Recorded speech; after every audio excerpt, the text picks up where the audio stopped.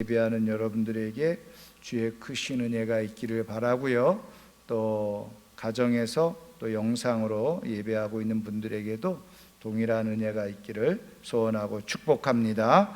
우리 박종석 집사님, 이숙자 집사님 11조 예물 드리셨고요. 지금까지 함께 하신 하나님, 앞으로 모든 삶도 주님과 동행하는 삶 되게 하옵소서. 감사 예물을 드리셨습니다. 제가 한번 기도하겠습니다. 하나님 아버지, 오늘도 하나님의 크신 은총 속에 이렇게 3일 밤에 저희들이 함께 모여 예배하게 하시고, 또 이렇게 예배 중에 귀한 예물을 하나님께 올려드리는 가정이 있습니다. 하나님 아버지께서 기억하여 주시고 큰 평안과 은혜를 더해 주셔서 늘 주님으로 인해서 복되고 아름다운 삶이 되게 도와주시고, 언제 어디서든지 주님 때문에 행복하고 주님 때문에 감사하고 주님 때문에 늘 기쁨이 넘쳐나는 그런 삶이 꼭 될 수 있도록 축복해 주옵소서. 자녀 손들을 축복하여 주셔서 하나님의 은혜로 늘 기쁨이 넘쳐날 수 있게 도와주시고 좋은 소식들로 풍성케 채워지는 믿음의 가정이 될 수 있도록 은혜를 더해 주옵소서. 오늘도 말씀을 저희들이 듣고자 합니다. 성령께서 우리의 머리끝에서부터 발끝까지 온전히 지배하여 주셔서 말씀에 집중케 도와주시고, 이 말씀으로 인해서 우리가 결단할 바를 결단케 도와주시며 회개할 것을 회개하는 가운데 우리의 심령과 영혼의 변화와 회복이 일어날 수 있도록 도와 주옵소서. 예수님 이름으로 기도하옵나이다. 아멘. 자, 오늘 우리가 함께 볼 내용은요, 먼저 사도 바울에 대해서 네 번째 시간을 갖고자 합니다. 자, 오늘 우리가 함께 볼 내용은요, 이제 사도 바울이 1차, 2차, 3차 전도여행을 했는데, 우리가 지난 시간까지는 이제 2차 전도여행까지 한 내용을 살펴보았죠. 자, 오늘은 우리가 3차 전도여행 한 내용을 우리가 잠깐 살펴보려고 하는데요. 자, 먼저 1번 보겠습니다. 사도행전 18장. 그래서 여러분 사도행전을 일단 펴놓고 우리가 함께 말씀을 보면 좋을 것 같아요. 자, 18장 23절 같이 읽겠습니다. 얼마 있다가 떠나 갈라디아와 부르기아 땅을 차례로 다니며 모든 제자를 굳건하게 하니라. 아멘. 여러분들이 이제 성경을 이렇게 펼쳐 놓으셨습니다만은, 우리가 이제 지난 시간에는 이제 22절까지, 18장 22절까지, 그래서 안디옥으로 이제 돌아온 것, 그게 이제 2차 전도 여행이 끝난 거죠. 그래서 우리가 성경을 읽으면서 이런 것들을 사실 알면 좀 구분을 해 주었으면 좋았을 텐데, 그죠? 그래서 가이사랴에 상륙하여 올라가 교회의 안부를 물은 후에 안디옥으로 내려갔다, 이렇게 한다든지, 그죠? 마무리를 딱 짓고, 그러면 구분이 좀 쉬울 텐데 그렇게 구분을 안 해놨어요. 그리고서 이제 내려가서 23절에 얼마 있다가, 그래서 이 얼마 있다가는 이제 구체적으로 어느 정도의 시간이 흘렀는지는 알 수 없습니다만은, 그냥 대략 1년 정도, 몇 개월에서 1년 정도 이렇게 이제 우리가 보고 있습니다. 그래서 갈라디아와 부르기아 땅을 차례로 다니며 모든 제자를 굳건하게 하니라. 그러면서 3차 전도여행을 떠난 것을 기록을 해주고 있습니다. 그래서 1번, 바울은 안디옥에서 잠시 머물다가 3차 전도여행을 했습니다. 혹은 선교여행 이렇게 표현해도 틀리지 않아요. 자, 그래서 여러분들 나눠드린 인쇄물에 이제 3차 전도여행, 그래서 주후 53년에서 58년까지 약 5년 정도 이렇게 이제 진행되어졌는데요. 여기 이제 보시면 진한 글씨로 쓰여져서 밑에 밑줄이 그어져 있는 게 있고, 이제 가로로 되어져 있어서 이제 그 얇은 글씨체로 이렇게 글씨가 누여 있는 글씨체가 있는 것을 발견하게 되어지죠.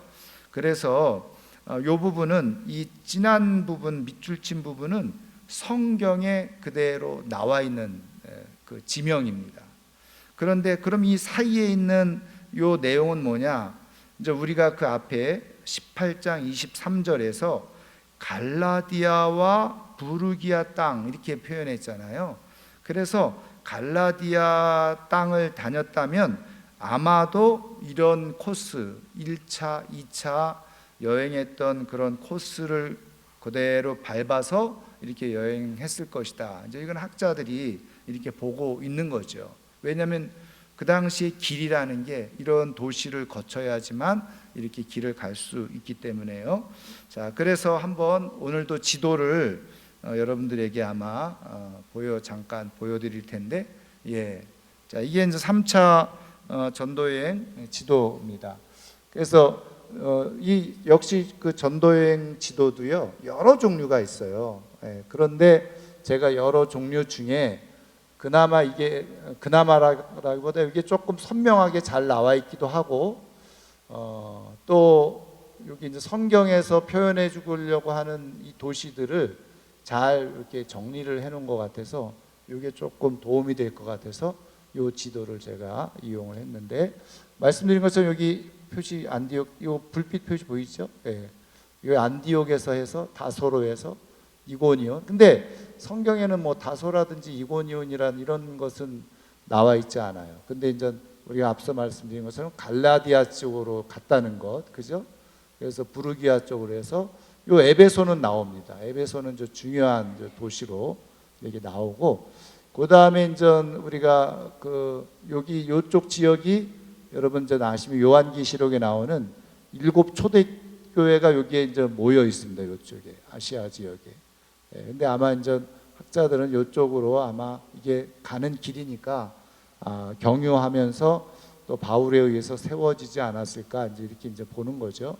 그래서 여기 드로아는 마게도냐로 가는 항구이기 때문에 드로아에서 네아폴리, 빌립보 이것도 다 생략이 되어 있습니다. 성경에는.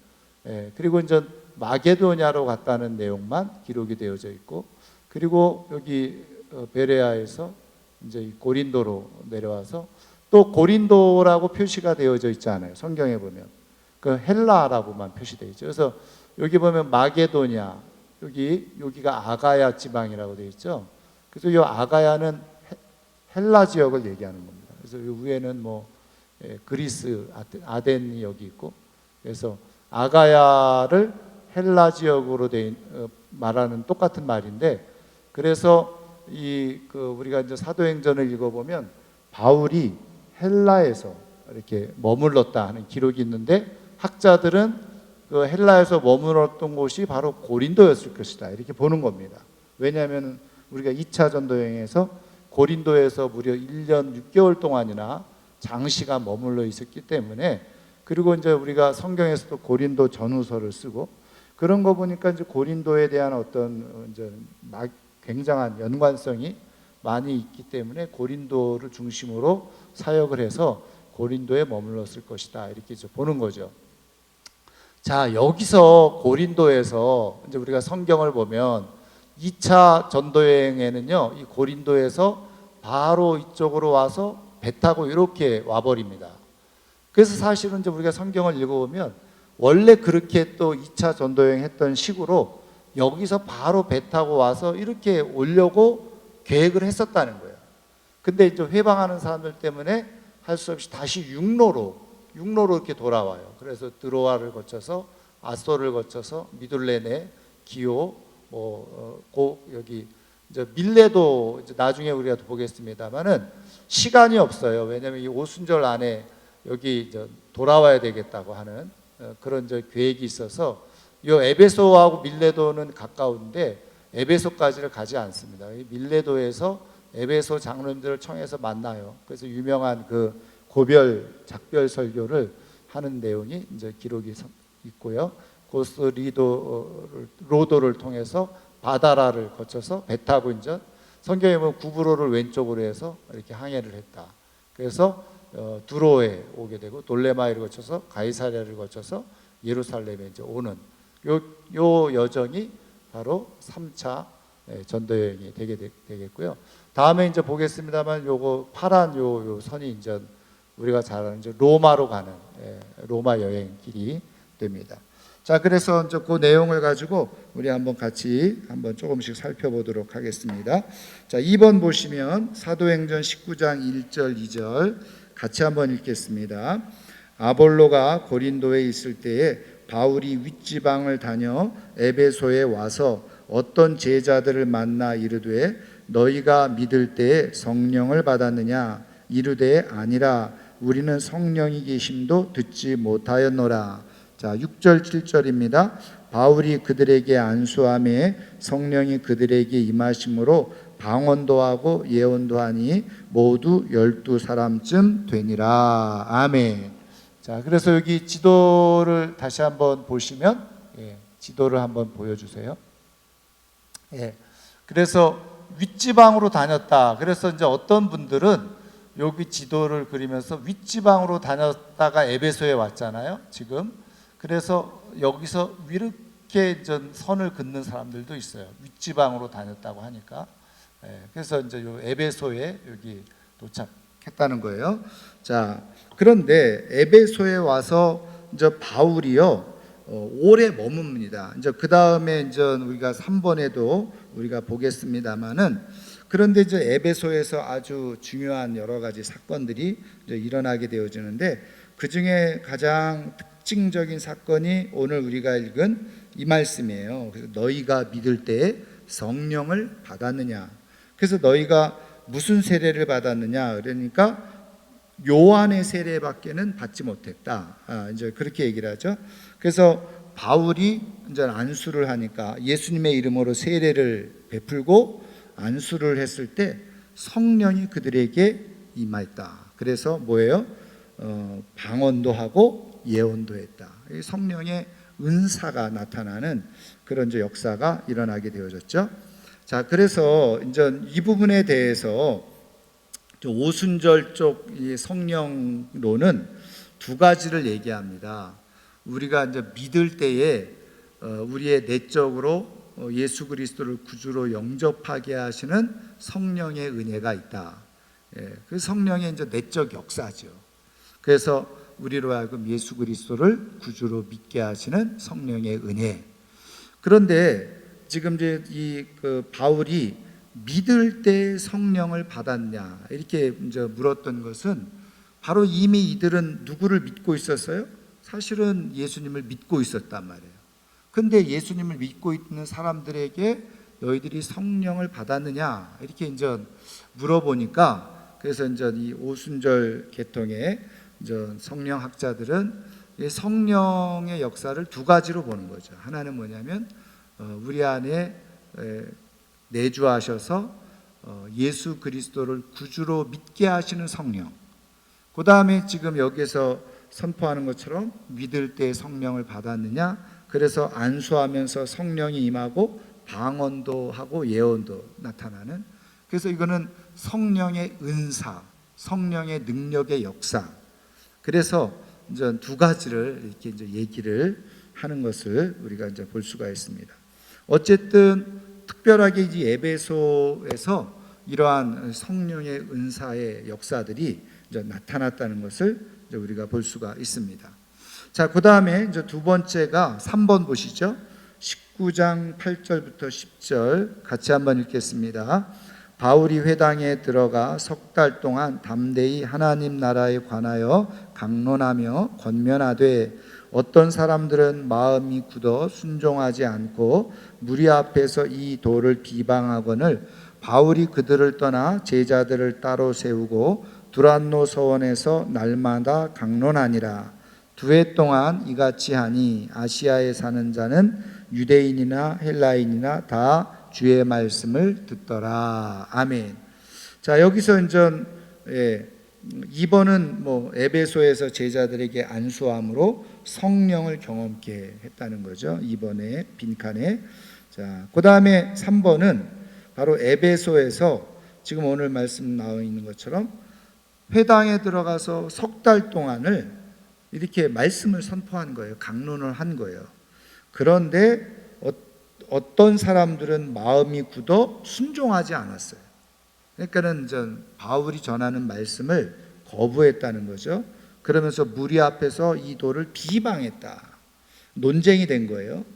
그래서 이제 바울이 생각을 하다가 어떻게 했습니까? 그 회당을 떠나죠. 그리고선 제자들을 따로 세워서 두란노 서원을 만들었다는 거예요. 그러니까 바울이 전에는 가는 곳마다 어디에서 말씀을 전했어요? 회당에서 말씀을 전했어요. 그런데 이제는 이 에베소에서 아주 특별한 사건이 일어나는데 그 회당을 떠나서 어떻게 해요? 아예 제자들을 따로 훈련하기 위해서 두란노 서원이라는 것을 따로 세웠다는 거예요. 네, 그래서 우리가 이제 서원이라 이렇게 하지만 일종의 학교죠, 스쿨. 예. 자, 그래서 거기서 몇 년 동안요? 2해 동안, 2년 동안. 자, 그래서 이제 우리가 어쨌든 문자적으로는 바울이 에베소에서 두란노 서원을 세워서 2년 동안 말씀을 가르쳤는데, 사실은 엄밀하게 말하면 에베소에서 2년만 있었던 건 아니죠. 왜냐하면 이미 앞에 석 달 동안 이미 회당에서 가르쳤는데 거기에서 이제 말씀을 받아들이지 않는 사람이 있으니까. 자, 그래서 우리는 이제 이 내용을 가지고 일종의 이제 제자 훈련도 여기에서 이제 그 힌트가 주어진 거죠. 그래서 설교는 뭐 모든 사람을 향해서 하죠. 그런데 모든 사람이 다 듣는 게 아니잖아요. 귀로는 듣고 있을지 모르지만. 근데 이제 바울은 여기서 그것을 거절하고 부정하는 그런 사람들을 제외하고 진짜 말씀에 대해서 목말라하고 관심 있고 훈련받아야 될 사람들은 따로 모아서 그렇게 훈련을 했다는 거예요. 그런 의미에서 제자 훈련이 교회 안에서도 필요하다는 거죠. 그래서 진짜 말씀에 대한 갈급함과 사모함을 가지고 있는 사람들, 그리고 꼭 말씀을 배워야 될 사람들은 불러서 따로 훈련을 받아야 된다는 거예요. 훈련이 돼야 된다는 거죠. 자, 그래서 이제 오늘 말씀에는 이제 2년 동안 있는 것으로 이렇게 되어져 있는데, 여러분 이제 앞서 말씀드린 것처럼 바울이요 이렇게 이제 다 돌고 나서 밀레도에 와서 에베소 장로들을 다시 청해 가지고 만나면서 마지막 고별 설교를 하잖아요. 그때 바로 이 여러분 22장에 보세요. 예. 네, 죄송합니다. 20장이죠, 20장. 예. 자, 20장에 보면요, 예. 이렇게 되어져 있어요. 20장 31절을 한번 보세요. 31절. 자, 요건 그 바울이 에베소 교회 장로들을 만나서 마지막 그 권면하면서 하는 내용인데, 31절에 보면 그러므로 여러분이 일깨어 내가 3년이나 밤낮 쉬지 않고 눈물로 각 사람을 훈계하던 것을 기억하라. 그래서 보세요. 아까는 이제 2년 동안 두란노 서원에서 사역을 했다고 그랬잖아요. 근데 저 바울은 그 뭐라고 얘기하고 있느냐? 여기 장로들을 세워놓고 내가 3년이나 밤낮 쉬지 않고 눈물로 각 사람을 훈계하던 것을 기억하라. 그래서 이제 에베소에서 머무는 기간을 3년으로 우리가 이제 보고 있는 거죠. 자, 그런 측면에서 우리가 한번 이제 말씀을 보면요. 그래서 이제 우리가 그 에베소에서 일어났던 그런 이제 여러 가지 이제 역사들을 18장에 이제 기록을 해주고 있는 것을 이제 보게 되어지고 19장에 이제 그걸 기록해주고 있죠. 자, 그리고 나서 여러분 전 4번 한번 보겠습니다. 4번. 자, 갈라디아서 1장 1절부터 3절 같이 읽겠습니다. 사람들에게서 난 것도 아니요 사람으로 말미암은 것도 아니요 오직 예수 그리스도와 그를 죽은 자 가운데서 살리신 하나님 아버지로 말미암아 사도된 바울은 함께 있는 모든 형제와 더불어 갈라디아 여러 교회들에게 우리 하나님 아버지와 주 예수 그리스도로부터 은혜와 평강이 있기를 원하노라. 아멘. 제가 왜 갑자기 갈라디아서 말씀을 해놓았냐면 이제 바울이 에베소에서 3년 정도 머무는 동안에 편지를 썼어요. 근데 그 편지 중에 하나가 뭐냐? 학자들은 갈라디아서를 바로 이 에베소에서 썼을 것이다. 이렇게 이제 보고 있는 겁니다. 그럼 물론 그 근거, 왜 바울이 에베소에서 갈라디아서를 썼을 것이다라고 하는 그 근거는 성경에 뚜렷하고 분명하고 정확하게 사실은 나와 있지 않아요. 그런데 이제 우리가 앞서 말씀드린 것처럼 이게 이제 성경이 기록한 연대를 우리가 쭉 초론하고, 그 다음에 바울에 의해서 기록된 편지들을 쭉 살펴보면 그 내용적으로, 문맥적으로 언제 정도 쓴 것이다. 이게 그러니까 바울의 인생 속에서, 사역 속에서 전반기에 쓰여진 것이냐 아니면 후반기에 쓰여진 것이냐, 이런 것들이 문맥과 문체와 내용으로 어느 정도 나와 있잖아요. 그래서 학자들이 대부분, 물론 이것도 학자들마다 약간의 차이점이 있지만, 대체적으로 일반적으로 전통적으로 이 에베소에서 갈라디아서를 썼을 것이다. 언제? 약 53년경에 이렇게 보는 겁니다. 53년, 54년경에. 또 어떤 학자는 훨씬 뒤로 55년, 56년으로 보는 게 있는데, 물론 그 1, 2년이 큰 차이는 아니에요. 2000년 전의 역사를 우리가 분명하게 날짜를 기록해 놓고 있지 않는 상황에서는. 자, 어쨌든 그래서 이렇게 보는데, 그럼 왜 그렇게 보느냐? 이미 앞서 우리가 18장 23절 첫 번째 1번 문제에서 갈라디아 지역을 돌아왔잖아요. 그래서 갈라디아 지역을 돌아와서 에베소에 3년이나, 긴 시간이죠. 3년 동안 머물러 있으면서 사실은 이 갈라디아 지역에 있는 여러 소식들을 계속 접하고 들은 거죠. 그런 부분에 대해서 아마 에베소에 머물러 있으면서 갈라디아 지역에 있는 교회들에게 아마 이런 내용, 갈라디아서를 여러분 읽어보시면 아시겠지만, 이들이 복음과 전혀 다른 내용의 복음들을 접하고, 그 다른 복음이라고 하는 것은 유대인들이 와가지고 엉터리로 잘못 가르친 내용들을 얘기하죠. 그런 것에 다시 그들이 빠져들어간다는 그런 얘기를 전해 듣고 바울이 급히 쓴 편지가 바로 갈라디아서. 자, 그래서 갈라디아서는요, 어떻게 보면 소로마서다 이렇게까지도 얘기하고, 그래서 아주 바울이 전하려고 했던 복음, 구원에 대한 교리를 아주 정확하게 다시 정리해서 쓴 것이 바로 갈라디아서, 이렇게 이야기를 해주고 있습니다. 자, 그 다음에 또 하나 편지를 썼어요. 그게 고린도 전서를 쓴 겁니다. 그래서 바울은 에베소에서 머무는 동안에 갈라디아서와 고린도 전서를 그렇게 기록을 했습니다.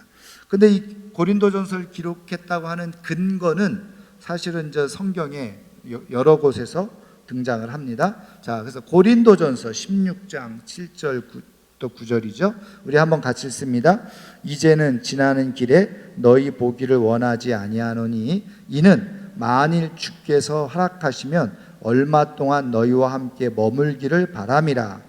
내가 오순절까지 에베소에 머물려 함은, 이게 근거죠. 지금 고린도에 있는 교회에 편지를 쓰면서 내가 오순절까지는 이 에베소에 머물러 있으려고 한다, 이렇게 쓴 거잖아요. 그러니까는 이 편지를 쓴 것이 바로 에베소다 하는 증거가 분명하게 나타나죠.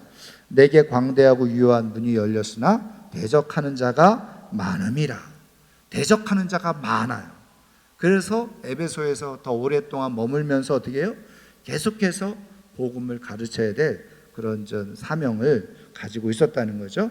그래서 이 고린도전서를 주 55년에서 56년경에 이렇게 썼을 것이다, 이렇게 봅니다. 그러니까 에베소에서 머물러 있는 동안에 후반기 정도, 3년 중에 후반기 정도에 이 고린도 전서를 썼을 것이다, 이렇게 보고 있습니다. 그러니까 3차 전도 여행에서, 지난 우리가 볼 때는 2차 전도 여행에서는 데살로니가 전후서를 우리가 썼다고 우리가 배웠잖아요, 고린도에서. 그런 것처럼 지금 여기서도 있습니다. 그래서 오래 머무는 기간 동안에 이런 편지들을 썼던 건데, 좀 여러분들이 조금 혼동될 수도 있는 얘기겠습니다만은, 사실은 우리가 가지고 있는 성경에는 고린도 전서와 후서만 있잖아요. 근데 이제 이 여러 가지 전서와 후서를 연구해보고 이게 문맥을 연구해보면 고린도 전서 이전에 이미 또 한 번의 서신이 이제 고린도 교회와 서신이 왕래되어졌다고 하는 그런 흔적들을 발견할 수가 있어요. 그런데 이제 그거는 이제 우리가 발견되어지지 않았고 우리가 우리 손에 없으니까 이제 그런 것이 있었을 것이다. 왜? 그 내용적으로 내가 전에 쓴 편지에는 뭐 이렇게 고린도전서에 그런 표현이 있으니까 그러면은 전에 쓴 편지가 이미 존재하고 있다는 거잖아요. 우리가 지금 우리 손에는 없지만 그래서 이 에베소에서 이 고린도 교회랑 아주 긴밀하게 많은 소식들을 주고받았다는 것을 우리는 알 수가 있습니다. 자, 그 다음에 5번 한번 보겠습니다. 사도행전 19장 21절 같이 읽습니다. 이 일이 있은 후에 바울이 마게도냐와 아가야를 거쳐 예루살렘에 가기로 작정하여 이르되 내가 거기 갔다가 후에 로마도 보아야 하리라 하고, 여기서 이제 바울이 비로소 로마에 대한 비전을 얘기를 하는 거예요. 자, 그래서 바울은 에베소에서 로마 방문에 대한 비전을 갖게 되어집니다. 자, 그 다음에 이제 6번으로 넘어가세요. 사도행전 20장 1절, 이제 20장으로 이제 넘어가는데요. 자, 여기 소요가 그치고 20장 1절에 같이 한번 읽습니다. 소요가 그침에 바울은 제자들을 불러 권한 후에 작별하고 떠나 마게도냐로 가니라 그랬어요. 자, 그래서 일단은 이 에베소에서 떠나서 드로아를 거쳐서 어디요? 마게도냐. 그 마게도냐는 네아폴리, 그 다음에 앞서 말씀드린 빌립보, 이게 중심인, 빌립보가 중심인 그 지역이 바로 마게도냐잖아요. 자, 그래서 이 고린도후서 2장 13절을 보세요. 고린도후서 그 밑에 우리 한 번 더 같이 읽습니다. 내가 내 형제 디도를 만나지 못함으로 내 심령이 편하지 못하여 그들을 작별하고 마게도냐로 갔노라 그랬죠. 7장 5절입니다. 같이 읽습니다. 우리가 마게도냐에 이르렀을 때에도 우리 육체가 편하지 못하였고 사방으로 환난을 당하여 밖으로는 다툼이요 안으로는 두려움이었노라. 그러면서 마게도냐에 이르렀을 때, 내가 마게도냐로 갔다, 마게도냐로 이르렀을 때 이 고린도후서를 쓴 거예요. 그래서 바울은 마게도냐에서 고린도후서를 기록을 해요. 그러니 마게도냐는 앞서 말씀드린 것은 어디였을까? 이제 대부분의 학자들은 아마 빌립보 교회였을 것이다. 마게도냐에 있는 빌립보 교회에서 바로 이 고린도후서를 썼을 것이다. 자, 그러면 이제 우리가 이해가 되죠. 고린도전서를 에베소에서 썼어요. 그리고 이제 편지를 보낸 거예요. 거기에 대한 답장이 이제 바울에게 오게 됐겠죠. 그런데 그 에베소에서 우리가 이제 성경을 읽어보면 소동이 일어나고 소요가 일어나서 불가피하게 에베소를 이제 떠나게 되어지죠. 그러면서 마게도냐를 가서 빌립보에 있었을 때 이제 이 고린도 교회에 대한 이제 편지를 쓰게 되어지는데, 그래서 고린도후서를 읽어보면요, 이 마게도냐에 있는 교회들의 헌신에 대해서 극찬을 하면서 편지를 쓰게 되어져요. 그러면서 마게도냐 교회들이 아주 극심한 가난 가운데서도 이렇게 예루살렘을 위한 이렇게 헌금을 이렇게 했다는 것을 아주 밝히죠. 그러면서 이제 고린도 교회도 이렇게 준비를 했으면 좋겠다, 이제 요청을 하는 편지를 바로 이 마게도냐에서 빌립보에서 이제 쓰는 것을 보게 되어집니다. 자, 그 다음에 이제 7번으로 넘어가겠습니다. 7번으로 넘어가서 자, 사도행전 20장 2절 3절 같이 읽습니다. 그 지방으로 다녀가며 여러 말로 제자들에게 권하고 헬라에 이르러 거기 석 달 동안 있다가 배 타고 수리아로 가고자 할 그때에 유대인들이 자기를 해하려고 공모함으로 마게도냐를 거쳐 돌아가기로 작정하니. 자, 이 내용입니다. 그래서 여러분 아까 지도를 다시 한번 전 한번 다시 띄워주면 좋겠는데요. 지도 보이죠? 자, 그래서 아까 여기 빌립보 마게도냐 지역이잖아요. 마게도냐 빌립보고. 그래서 여기에 있다가 그냥 여러 곳을 오늘 말씀 보세요. 그 지방으로 다녀가며 여러 말로 제자들에게 권하고 그 지방으로. 그래서 이 마게도냐, 그래서 아까 말씀드린 것처럼 성경에는 우리가 나와 있지는 않지만 데살로니가라든지 다녔던 곳, 베레아라든지 여기 마게도냐에 있는 교회들을 다 다녔다는 거예요. 그리고 여기 헬라에 이르렀다. 그래서 아가야가 헬라라고 그랬죠. 그래서 앞서 말씀드린 것처럼 고린도라고 하는 지명은 나와 있지 않지만 학자들은 헬라에 머물렀다는 것이 고린도에 머물렀을 것이다, 이렇게 보는 겁니다. 자, 그래서 여기 헬라에서 몇 달 동안 있었다 그랬어요? 네, 석 달 동안 머물러 있는. 그러니까 석 달 머물러 있는 것도 사실은 길게 머물러 있는 거예요. 네. 자, 그래서 석 달 머물러 있다가 배 타고 수리아를 가. 여기서 이제 배를 타고 고린도에서 배를 타고 바로 이쪽 수리아, 여기 수리아잖아요. 그러니까 바로 이렇게 직선으로 가려고 했던 거예요. 근데 이제 그렇게 못했다는 거죠. 왜요? 유대인들이 해하려고 공모하는 거예요.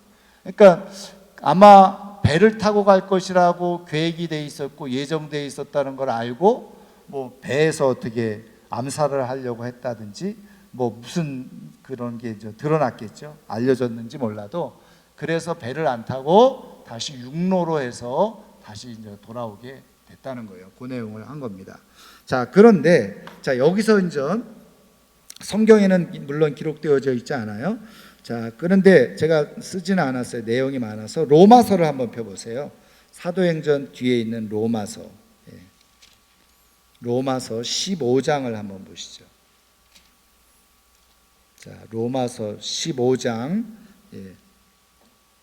22절부터 이렇게 쭉 되어져 있는데요. 자, 24절부터 보겠습니다. 24절, 15장 24, 로마서 15장 24절. 자, 이는 지나가는 길에 너희를 보고, 지나가는 길에 너희를 보고. 이게 그 앞에 내용이 로마 방문 계획에 관한 얘기거든요. 근데 여기 보면 이제는 그 23절에 이제는 이 지방에 일할 곳이 없고 또 여러 해 전부터 언제든지 서바나, 여기 서바나는 스페인을 말합니다. 스페인으로 갈 때 너희에게, 그러니까는 로마서를 앞에서도 읽어보면 서바나까지 가고자 하는, 스페인까지 가고자 하는 그런 계획을 또 가지고도 있었잖아요. 그러나 이는 지나가는 길에 너희를 보고 먼저 너희와 사귐으로, 이거 로마죠. 얼마간 기쁨을 가지네 너희가 그리로 보내주기를 바람이라. 로마에 있는 교인들이 비용을 내서 어디까지? 서바나, 스페인까지 자기를 좀 보내줬으면 좋겠다. 그런 기대를 가지고 있었던 거예요. 그러나 이제는 내가 성도를 섬기는 일로 예루살렘에 가노니. 그런 로마로 가서 스페인까지 가는 비전이 있지만 지금은 당장 어떻게 해요? 예루살렘으로 돌아갈 상황이라는 거예요. 왜? 여기 26절에 이는 마게도냐와 아가야 사람들이, 그죠? 마게도냐는 아까 빌립보, 데살로니가 이쪽이죠. 아가야 사람들, 이 고린도를 중심으로 한 거죠. 예루살렘 성도 중 가난한 자들 위하여 기쁘게 얼마를 연보하였습니다. 저희가 기뻐서 하였거니와 또한 저희는 그들에게 빚진 자니. 그러면서 여기에서 보면 뭐예요? 마게도냐와 아가야 사람들이 예루살렘 성도들을 돕기 위한 연보한 것을 갖다 주러 예루살렘에 가야 된다, 이렇게 이제 쓰고 있는 거예요. 그래서 이제 학자들은 뭐냐면 이런 내용을 여러 가지로 정황을 근거로 해서 로마서를 어디서 썼느냐, 바로 이 3차 전도여행 기간 중에 바로 이 고린도에서, 헬라라고 하는 이 고린도에서 썼을 것이다, 이렇게 보는 겁니다. 그래서 역시 연대도 주 56년, 57년 이렇게 이제 보는 거예요. 그래서 헬라에서 이제 7번, 헬라에서 3개월 동안 머물면서 로마서를 기록했습니다. 자, 그러니까 3차 전도 여행을 하면서 우리가 에베소에서 이미 편지를 썼죠. 갈라디아서도 쓰고 고린도전서도 쓰고, 건너와서 마게도냐에서 빌립보죠. 거기선 고린도 후서를 쓰고, 그 다음에 이제 여기 고린도에 와서 헬라에 와서는 바로 로마서를 쓰게 된 거예요. 자, 그 다음에 8번 보겠습니다. 그래서 8번 사도행전 20장 9절부터 10절 같이 읽습니다. 유도고라 하는 청년이 창에 걸터 앉아 있다가 깊이 졸더니 바울이 강론하기를 더 오래 하매 졸음을 이기지 못하여 3층에서 떨어지거늘 일으켜보니 죽었는지라. 바울이 내려가서 그 위에 엎드려 그 몸을 안고 말하되 떠들지 말라, 생명이 그에게 있다 하고. 바울이 이제 다 돌아와서 드로아에 오게 되죠. 드로아에서 강론 중에 밤새 강론을 한 거예요. 그래서 졸다가 창가에 걸터 앉아서 이 설교를 듣다가 유두고라고 하는 청년이 존 거죠. 그래서 졸다가 떨어졌어요.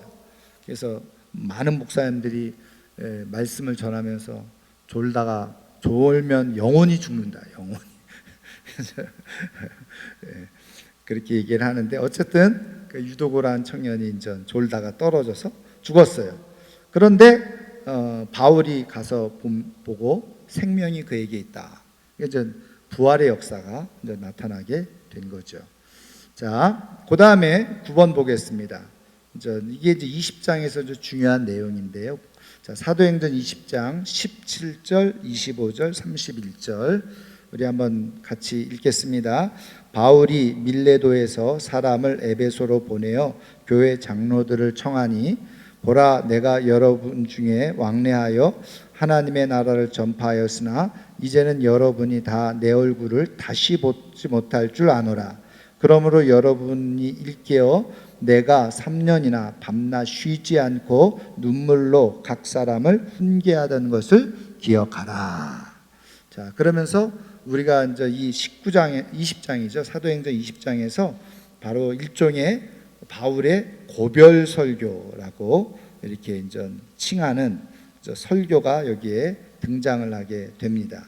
그래서 앞서 말씀드린 것처럼 에베소까지 가야 되는데 에베소까지 갈 시간이 없었어요. 그래서 밀레도라고 하는 항구에서 에베소에 있는 장로들, 여기서 장로라고 하는 것은 그냥 오늘날로 말하면 사실은 목회자를 말하는 거예요.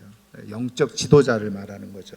이게 일반 그냥 지금 우리가 말하는 장로교회 장로님이 아니라 교회 지도자들, 감독이라고도 얘기할 수 있고 목사라고도 얘기할 수 있는 그런 분들을 얘기하는 거예요. 자, 그래서 이제 바울이 이제 여기서 세 번째 설교를 하게 되어지는데, 첫 번째 설교는 바울이 어디서 하게 됐죠? 첫 번째 설교. 두 번째 설교는 아덴에서 한번 이제 설교를 하게 되죠. 첫 번째 설교는 우리가 2차 전도여행 하면서 에베소에서 했던 것을 우리가 이제 볼 수가 있습니다. 자, 그 다음에 이제 보시면, 그래서 여기에서 이제 20장에서요 17절 이하에서 세 가지를 얘기해요. 그래서 하나는 에베소에서 3년 동안 있으면서 있었던 지난 날들을 회고하죠. 그래서 그 18절에 보면 후반절에 어떻게 행하였는지 여러분들이 아는 바니, 19절에 모든 겸손과 눈물이며 유대인의 관계로 말미암아 당한 시험을 참고 주를 섬긴 것. 그래서 20절에 유익한 것은 무엇이든지 공중 앞에서나 각 집에서나 거리낌이 없이 여러분에게 전하여 가르치고 그랬죠. 그래서 내가 겸손하게 행하고 눈물로 기도했던 것, 그 다음에 유대인들의 여러 시련 이런 거 참으면서 섬겼던 것, 그 다음에 어떻게 해요? 끊임없이 계속해서 복음을 가르쳤던 것, 훈련을 시켰던 것. 이제 3년 동안이나 그렇게 한 것에 대해서 이제 얘기하는 거죠. 자, 그 다음에 이제 두 번째가 뭐냐면, 자기가 지금 예루살렘으로 돌아가게 되는데 예루살렘에 돌아가서 당할 순환, 이제 그것에 대해서 미리 얘기를 해줘요. 그래서 22절에 보면, 보라, 이제 나는 성령에 매여 예루살렘으로 가는데 거기서 무슨 일을 당하는지 알지 못하노라. 그러면서 23절에 오직 성령이 각 성에서 내게 증언하여 결박과 환난이 나를 기다린다 하시나. 여기 보면 각 성령께서 이미 어떻게 해요? 각 성에서. 이 얘기는 뭐냐면 선교여행, 전도여행을 했던 곳곳마다 성령께서 계속해서 어떻게 해요? 이미 자기에게 사인을 주셨다는 거예요. 뭐가 있다고? 결박과 환난이 나를 기다리고 있다. 이거를 이미 알았다는 거죠. 자, 우리는 보통 제가 또 지난 시간에도 말씀드린 것처럼 성령의 은사를 기대하면서 성령의 임재를 기대하는 이유 중에 하나가 뭐예요? 내가 조금 더 편하고 안전하게 내 삶을 살아가기 위해서 성령께서 좀 먼저 알려주시면, 그죠? 마치 점을 보듯이 점쟁이한테 가서 무슨 우환이 없겠습니까? 만약에 우환이 있다면 어떻게 그거를 피해야 됩니까? 뭐 이런 거 점 보듯이 마치 성령의 은사와 은혜를 그렇게 착각하는 사람들이 많이 있어요. 이거는 정말 성령의 역사에 대한 모독이죠. 물론 여러분, 성령의 은혜 중에 하나님께서 우리를 안전하게 인도해 주시는 그런 뜻도 있습니다. 그런데 사실은요, 지난 시간에도 말씀드린 것처럼 성령의 역사의 중요한 본질은 뭐냐면 내가 어떻게 하면 안전하게 살아갈까 거기에 있지 않아요. 성령의 본질적인 역사는 내가 어떻게 사명을 감당하며 살아갈 것인가. 성령님은 계속 우리의 사명에 대해서 언급하시고 말씀하시는 거지, 우리가 어떻게 손해 안 보고 피해 안 보고 우리가 어떻게 요리조리 피하면서 안전하게 살아갈까, 성령은 그렇게 우리를 인도하시는 분이 아니시라는 거예요. 물론 때로는 필요할 때 성령께서 그렇게도 하시지만 본질은 뭐라는 거예요? 우리의 사명이 무엇인지를 계속해서 말씀해 주신다는 거예요. 여러분, 그것을 우리가 잘 깨닫지 못하면요, 우리가 하나님을 자꾸 오해를 할 수가 있어요. 혼동할 수가 있어요. 여러분, 지금 여러분들 예레미야서 지금 큐티 하고 계시는 분들 계시죠? 여러분 잘 아시는 것처럼 예레미야에게 와가지고요, 예루살렘이 다 멸망을 하고 나서 그 바벨론에서 그다랴라고 하는 총독을 세우잖아요. 근데 그 그다랴 총독을 암살을 했다고요. 그래서 그 암살한 사람을 또 그 죽인 요하난이 예레미야에게 와서 묻잖아요. 그래서 예레미야에게 와서 물어요. 그러면서 하나님이 너에게 말씀하시는데 그러면 우리가 우리에 대해서 우리가 어떻게 해야 될지를 하나님께 물어라. 그래서 하나님 무엇인지 말씀하시는 것을 우리는 그대로 듣겠다, 그렇게 얘기를 해요. 그래서 예레미야가 하나님 앞에 기도하고 열흘 만에 그 요하난과 그 군 사령관들에게 대답해 준 말이 뭐예요? 하나님은 너희들이 지금 여기 예루살렘에 남아있는 것이 너희들이 안전하고 그리고 너희들을 지키는 그런 뜻이다. 너희들이 지금 애굽으로 내려가려고 하는데 애굽으로 내려가면 칼과 기근과 그리고 전염병에 의해서 내려간 사람들 다 죽게 된다고 말씀하신다. 그랬을 때 이 요하난과 군사령관들이 어떻게 반응을 했어요? 네가 지금 거짓말을 하고 있구나. 아니 가가지고 실컷 하나님 앞에 물어서 하나님의 뜻이면 어떤 것이든지 우리가 순종하겠다라고 말해놓고 말하니까 그건 하나님이 말한 게 아니라 예레미야 보고 거짓말하는 거라. 왜 그랬을까요? 이 요하난이나 이 군사령관들은 뭘 생각했던 거예요? 뭐 여기 예루살렘에 있으면 총독을 자기네들이 직접 살해한 건 아니지만 총독이 살해된 것을 이 그 바벨론에서 알면 얼마나 이 후환이 있겠어요. 그러니까는 자기네들의 생각으로는 예루살렘으로 피하는 게 자기네들의 안전을 도모할 것이라고 생각해요. 그래서 아마 하나님도 그렇게 말씀하실 거라고 생각했을지도 몰라요. 근데 정반대로 예레미야를 통해서 말씀하시잖아요. 그러니까 어떻게 합니까? 예레미야 보고 네가 거짓말하고 있다. 그리고서 예레미야하고 바룩 이끌고서 억지로 끌고서 애굽으로 내려가잖아요. 그러니까 여러분 우리도 마찬가지예요. 그래서 제가 가만히 그 말씀을 묵상하면서 오늘 우리들의 신앙생활 속에서 이런 모습이 얼마나 많이 있어요. 하나님 말씀하시면 제가 순종할게요. 근데 하나님이 감동을 주시고 설교를 통해서 말씀을 해주셨어요. 그랬더니 그래도 지금 상황에서, 지금 형편에서 저거는 아닐 거예요. 왜? 내 생각하고 다르거든요. 그러니까 어떻게 해요? 그냥 내 생각대로 하는 거예요. 여러분, 그거는 결국은 하나님을 모독하는 거죠. 그렇게 기도를 하지 말든지, 하나님 말씀하시면 순종할게요, 그렇게 기도하지 말든지, 그러면 그거 하나님을 모독하는 거잖아요. 모욕하고 조롱하는 일이잖아요. 그러면서 하나님 뜻대로 살기를 원한다, 이렇게 얘기를 하잖아요.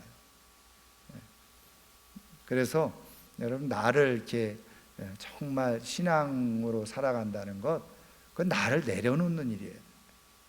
근데 이제 그게 우리가 잘 안 되는 거죠. 자, 어쨌든 지금 바울은 이미 예루살렘으로 가면 환난, 결박 다 있다는 걸 알아요. 그럼에도 불구하고 24절 보세요. 그 유명한 바울의 고백이죠. 사도행전 20장 24절, 우리 다 같이 한번 읽겠습니다. 나의 달려갈 길과 주 예수께 받은 사명, 곧 하나님의 은혜의 복음을 증언하는 일을 마치려 하면은 나의 생명조차 조금도 귀한 것으로 여기지 아니하노라. 아멘. 자, 그래서 성령의 인도하심의 본질은 뭐냐면요, 살아남는 게 중요한 게 아니라 뭐라고요? 사명을 완수하는 게 중요해요. 자, 그리고서 이제는 저 부탁을 하죠. 28절 이하에 보면 양떼를 위해서 감독자로 삼고, 그리고 교회를 보살피게 하셨는데, 첫 번째가 뭐냐면 경고를 해주는데, 거짓 이리떼, 거짓 선지자들이 자꾸 현혹하고 유혹하는데 그것을 잘 대처를 해라. 그리고서 말씀을 잘 지켜라. 말씀 있게 부탁을 한다, 그러죠. 그러면서 몇 가지 당부를 하면서 주는 것이 받는 것보다 복이 있다 하심을 기억해라. 그러면서 권고를 하는 것을 우리가 이제 보게 되어집니다. 자, 그러면서 36절, 20장 36절, 이 말을 한 후 무릎을 꿇고 그 모든 사람들과 함께 기도하니 다 크게 울며 바울의 목을 안고 입을 맞추고, 그리고 전 작별을 하게 된 것입니다. 자, 그 다음에 10번 보겠습니다. 자, 사도행전 21장 4절 같이 읽습니다.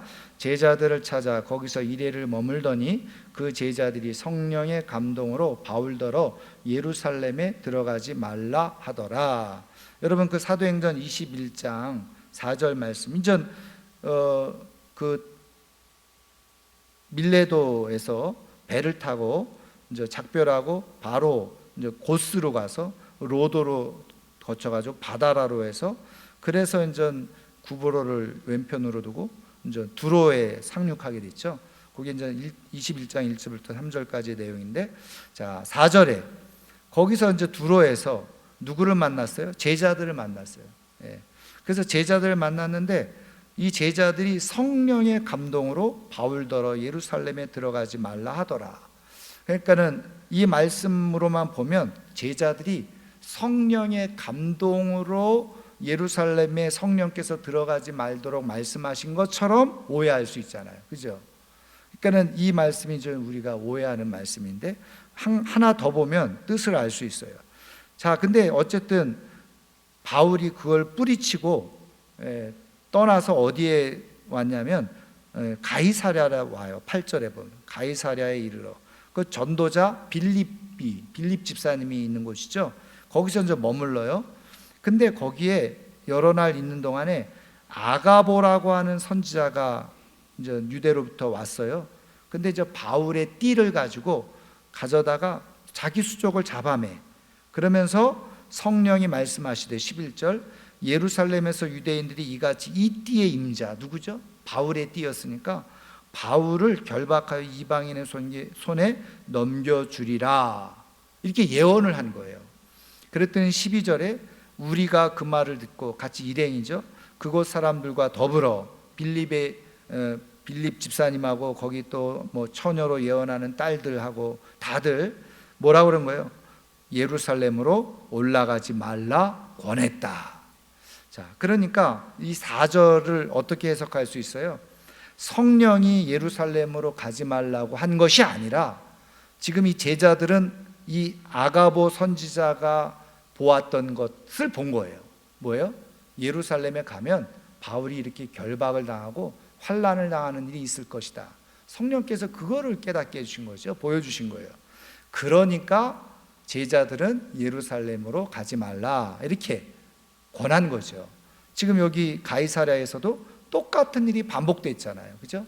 아가보라고 하는 선지자를 통해서 그렇게 결박당하고 환난당할 것이라는 것을 보여주니까 모든 사람들이 어떻게 해요? 예루살렘으로 올라가지 마라 그렇게 권했다는 거예요. 자 보세요. 성령께서 예루살렘으로 가지 말라고 하신 건 아니에요. 근데 예루살렘으로 가면 무슨 일이 있었다? 환난과 결박.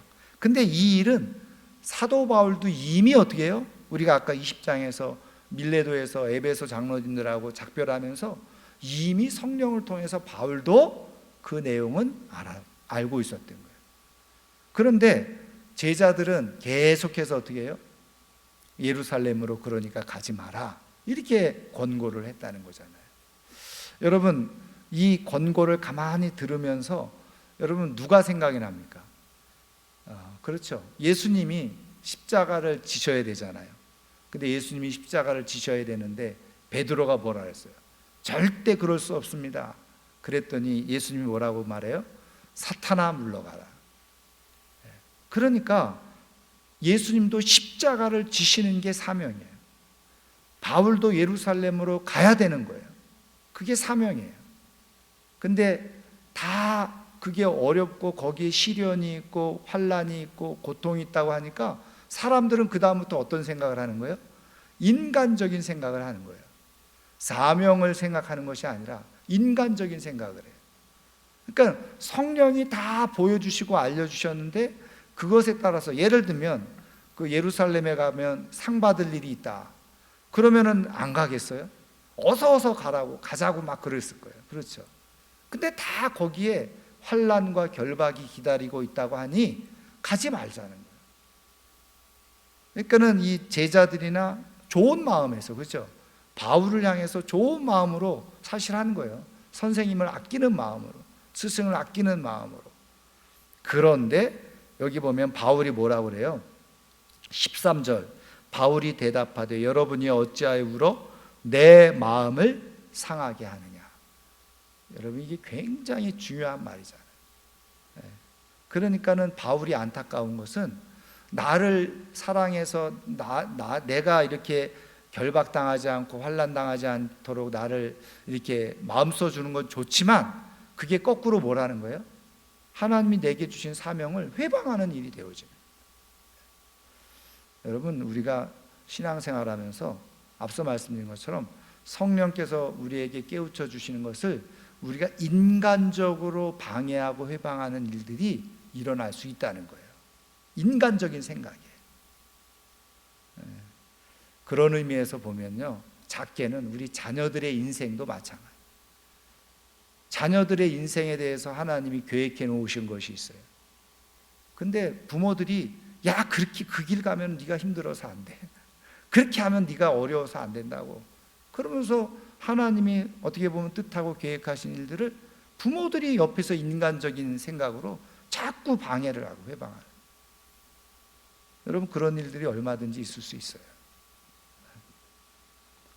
그러니까 그런 부분에 대해서 우리가 정말 민감하게 성령께서 말씀하시는 것을 잘 우리가 살피고 깨닫지 못하면요, 우리도 모르는 사이에 인간적인 생각으로 어떻게 해요? 성령께서 하시는 일을 회방하고 방해하는 그런 모습으로 우리가 있을 수 있다. 굉장히 중요한. 자, 그 다음에 그래서 11번 보겠습니다. 11번. 자, 사도행전 20장 23절 24절 이거 아까 제가 읽었던 내용이고요. 자, 21장 13절 지금 우리가 본 내용인데 한번 같이 읽습니다. 바울이 대답하되 여러분이 어찌하여 울며 내 마음을 상하게 하느냐.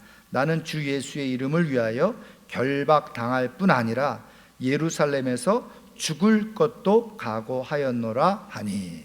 여러분 이게 대단한 거잖아요. 주 예수의 이름을 위하여 결박당하는 것뿐만 아니라 뭐예요? 죽을 것도 나는 각오하고 있다. 그러니까는 바울은 철저하게 뭐에 사로잡혀 있는 사람이에요? 본인의 고백대로 성령에 매여 있으면서 사명에 사로잡혀 있는 사람. 그래서 사명이 이끌어가는 거예요. 사명이 이끌림을 받는 거예요. 그래서 앞서 말씀드린 것처럼 성령의 역사는 내가 어떻게 살아남느냐가 중요한 게 아니라 뭐예요? 어떻게 사명을 완수하느냐.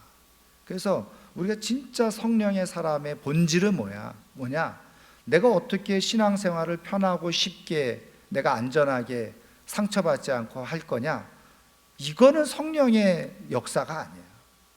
성령의 은사도 아니고요.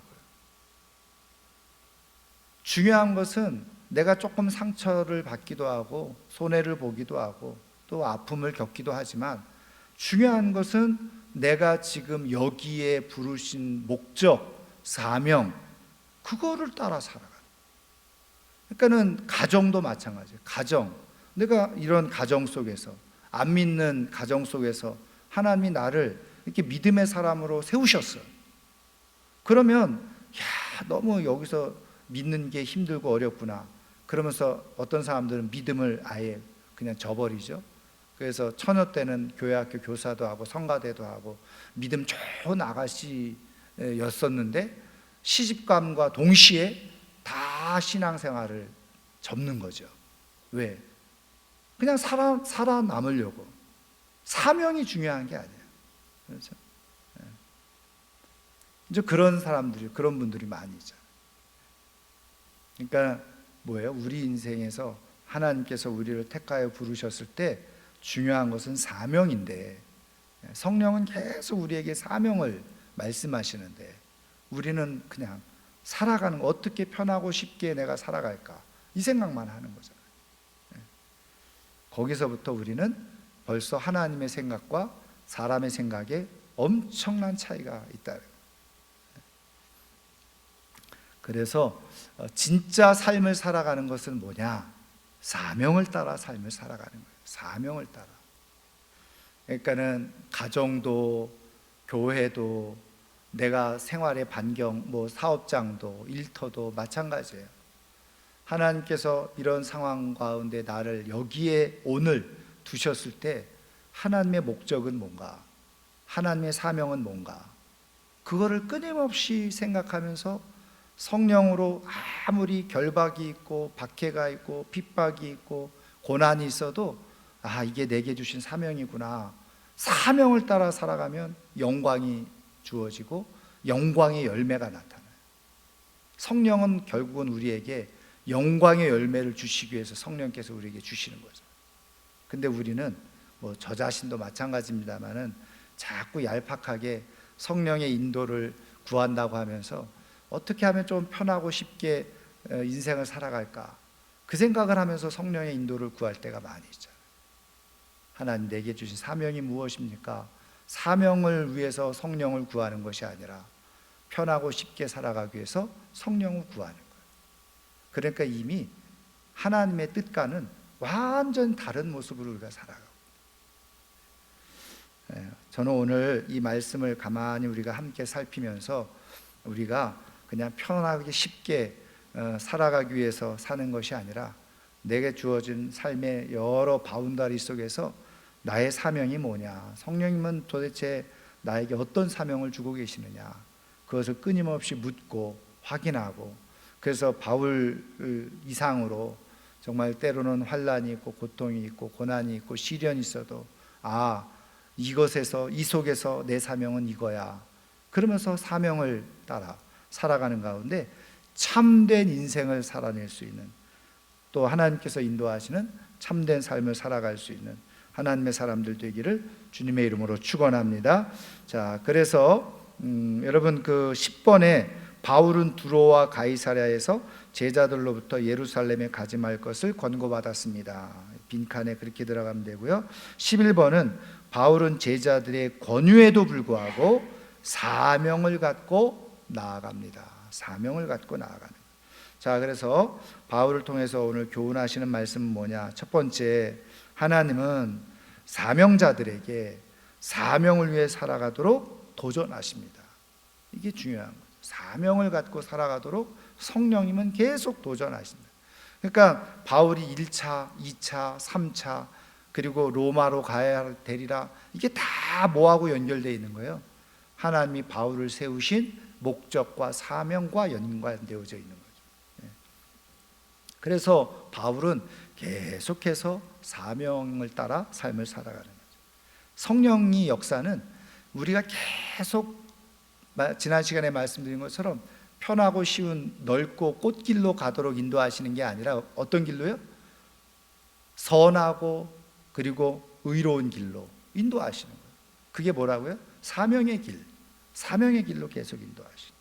자, 두 번째, 하나님은 필요에 따라 제자들을 따로 세워 훈련시키십니다. 에베소에서 그죠? 3년 동안 정말 반대하는 사람들, 그런 사람들 다 제쳐두고 정말 말씀을 배우기를 원하고 사모하는 사람들, 그런 사람들만 집중적으로 훈련시켰다는 거죠. 그래서 이제 우리가 잘 아는 것처럼 이렇게 얘기를 많이 합니다. 우리가 예루살렘 교회가 주축이 됐죠. 그 다음에 안디옥 교회, 거기서 바울을 파송하고 선교 여행이 시작됐잖아요. 그 다음에 어디로 넘어가느냐? 에베소로 넘어가. 그게 영적 영향력이 에베소로 넘어가. 그래서 에베소에서 어디로요? 로마로. 이렇게 이제 그렇게 이제 역사적으로 우리가 넘어간다고 이렇게 보고 있어요. 왜? 3년 동안이나 거기서 집중적으로 제자들을 훈련하고 양육했기 때문에 그렇죠. 자, 그다음에 3번입니다. 하나님은 상황에 따라 살지 않고 사명을 따라 살게 하십니다. 그렇죠? 그냥 상황에 따라서 자꾸 우리로 살게 하는 것이 아니라 어떤 상황 속에서도 본질, 하나님 주신 사명을 향해서 계속 나아가도록 우리를 이끄신다는 거예요. 그러니까 우리가 신앙에 실패하는 이유 중에 하나는 뭐예요? 사명을 놓쳐버리거나 사명을 잊어버리는 거죠. 그러면 혼동 속에 있는 거예요. 왔다 갔다 하는 거죠. 제대로 길을 못 가는 거예요. 그리고 상황에 자꾸 휘둘려요. 마음도 휘둘리고 생각도 휘둘리고. 그런데 사명이 분명하면 흔들리지 않고 누가 뭐라고 해도 그렇죠. 옆에서 아이고 우리를 위하는 척하고 막 얘기를 해도 아닙니다. 내 길은 이 길입니다. 하고 계속 가는 거예요. 우스운 얘기 그냥 하고 말씀을 마치려고 하는데, 물론 뭐 저희 집에서 제가 갑자기 일반 대학교 다니다가 그만두고 신학교 한다고, 신학하고 목사가 된다고 그랬을 때 뭐 반대하는 분은 없었어요. 표면적으로. 뭐 이 길이 어떤 길인지도 모르고, 부모님들은 물론 그때 교회를 막 다니기 시작하셨지만, 근데 제가 이제 나중에 우리 그 친척 어르신들을 만났을 때 저희 친척 어르신들 중에 교회 다니는 분들이 많거든요. 그랬더니 웃으면서 야, 너 처음 그 신학교 간다고 했을 때 너희 아버지가 우리들한테 와가지고 뭐라고 말했는지 아냐? 우리 집은 이제 망했습니다. 그렇게 말했다면서. 너 그거 알고 있어? 그래. 저희 아버지가 옆에서 듣고 계시다가 아, 형님 제가 언제 그런 말 했냐고 그랬는데, 여러분 그런 일들이 있을 수가 있어요. 근데 여러분, 우리가 성령께서 우리에게 주시는 좋은 마음을 가지고 아, 내 사명은 이거다 하고 끝까지 나아가면 하나님께서 반드시 우리에게 선하고 아름다운 열매를 보게 하시고 알게 하시고 또 그것을 누리게 하시는 복이 있는 줄 믿습니다. 자, 오늘 말씀을 생각하면